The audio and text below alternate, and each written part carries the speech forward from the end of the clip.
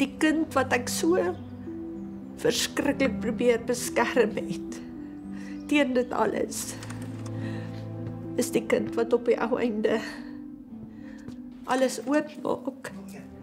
Want Menet het net gesê, mamma, ek weet mamma wil dit nie hoor nie, maar ek dink mamma moet dit hoor. Ek dink mamma moet hierdie boek lees.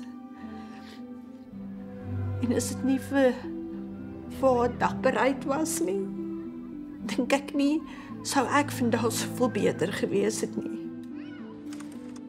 Vandag weet ek, almal kry seer en almal is stikken en almal kry rowe, maar jy moet met iemand praat daaroor. Dis die enigste manier hoe mens beter word. Dis om daai seer uit te haal, daar waar jy dit diep binne gebeer het. En dit op die tafel voor jou te sit. En vir dit te kyk en dit dan te los.